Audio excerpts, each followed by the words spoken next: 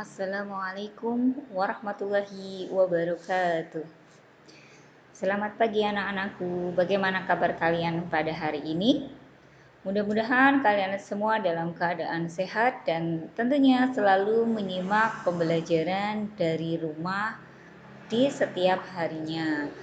Mudah-mudahan kalian semuanya sehat semuanya, orang tua kalian juga sehat semuanya sehingga kita bisa melalui hari demi hari dengan lancar. Baik anak-anak, untuk kesempatan kali ini kita akan belajar pembelajaran 4 subtema 3 tema 3 kelas 6.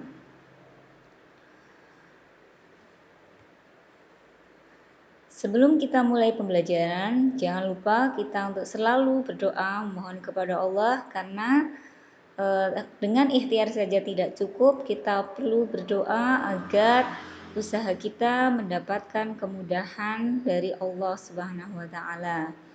Bismillahirrahmanirrahim.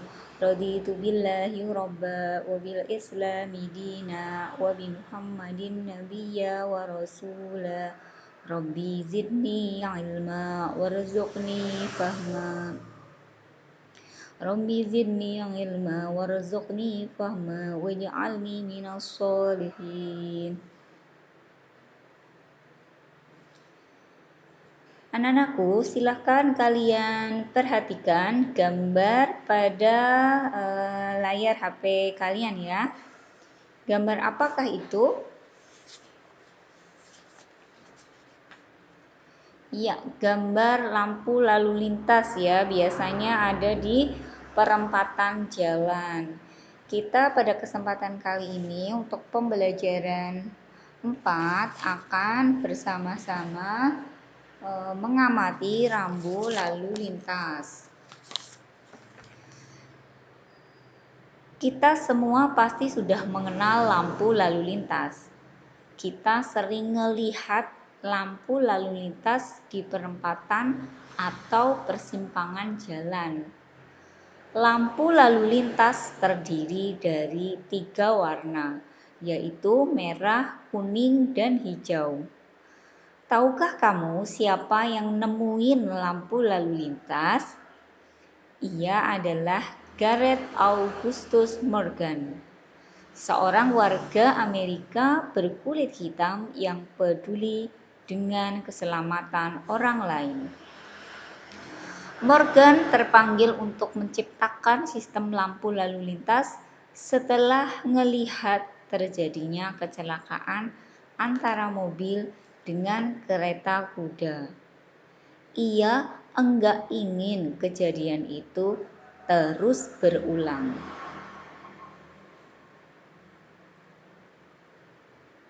Nah, setelah kalian menyimak teks yang guru bacakan tadi, adakah kata-kata yang menurut kalian kurang tepat atau barangkali dirasa janggal?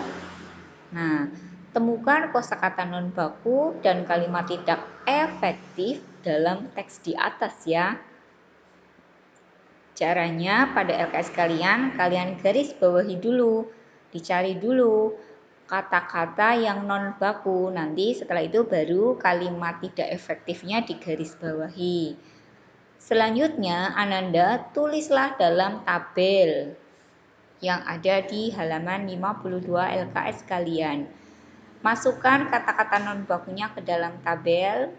Kemudian kalian tuliskan perbaikan kosakata bakunya seperti apa, kalimat tidak efektifnya seperti apa. Kalimat tidak efektifnya anak-anak tinggal ambil aja tuh dari teks bacaan tadi, tinggal cuplik aja, jangan diapa-apakan dulu. Nah, nanti pada kolom perbaikan menjadi kalimat efektif, pada kolom perbaikan baru anak-anak perbaiki mana kata yang non baku diganti menjadi kata yang baku.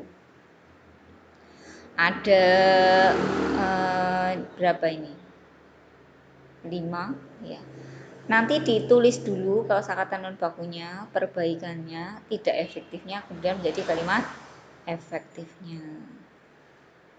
Tadi ini contohnya nih, pada kalimat tidak efektif kita sering melihat. Nah, tadi itu udah janggal ya. kita sering melihat lampu lalu lintas di perempatan atau persimpangan jalan. Perbaikannya menjadi kita sering melihat ya, bukan ngelihat. Yang ngelihat itu tidak bagus. Kita sering melihat lampu lalu lintas di persimpangan jalan. Kemudian ada lagi yang pakai kata ngelihat. Morgan terpanggil untuk menciptakan sistem lalu lintas setelah ngelihat terjadinya kecelakaan antara mobil dengan kereta kuda. Perbaikannya menjadi Morgan terpanggil untuk menciptakan sistem.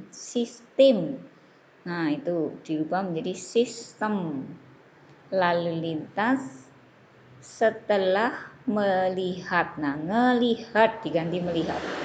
Terjadi kecelakaan antara mobil dengan kereta kuda. Untuk memperjelas pada kata yang dirubah, kalian garis bawahi ya pada tabel kalian.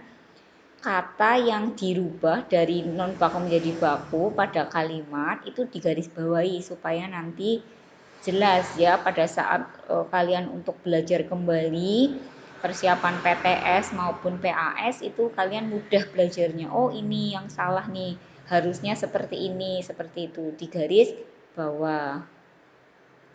Ada lagi, Morgan terpanggil untuk menciptakan sistem lampu lalu lintas setelah melihat terjadinya kecelakaan antara mobil dan kereta kuda. Oh, ini sama ya, ini berarti kelebihan. Kemudian, tahukah kamu siapa yang nemuin lampu lalu lintas? Nah, nemuin, nah ini kayak memang sepertinya seperti bahasa gaul ya, tetapi itu sebenarnya adalah kata-kata yang tidak baku. Harusnya tahukah kamu siapa yang menemukan, bukan nemuin ya, menemukan.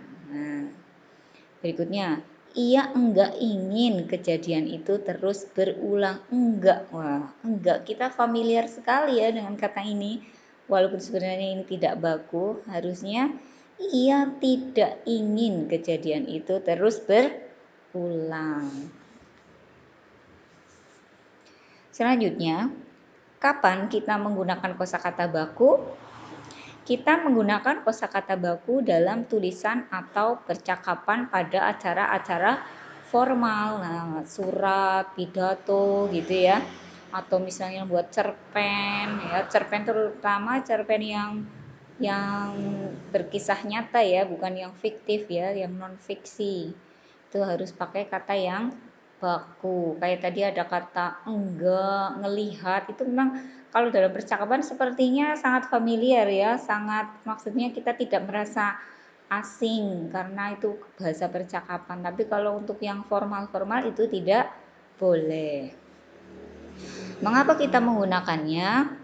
Karena dengan menggunakan kosakata baku dalam tulisan atau percakapan pada acara-acara formal membuat pembaca atau pendengar lebih mudah memahami pesan-pesan yang akan kita sampaikan ya.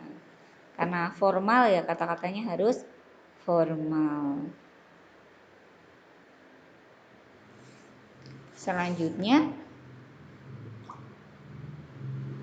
pada halaman 53 LKS kalian di situ, kamu telah mengetahui kan bahwa lampu lalu lintas ditemukan untuk menciptakan keamanan dan kenyamanan bagi pengguna jalan.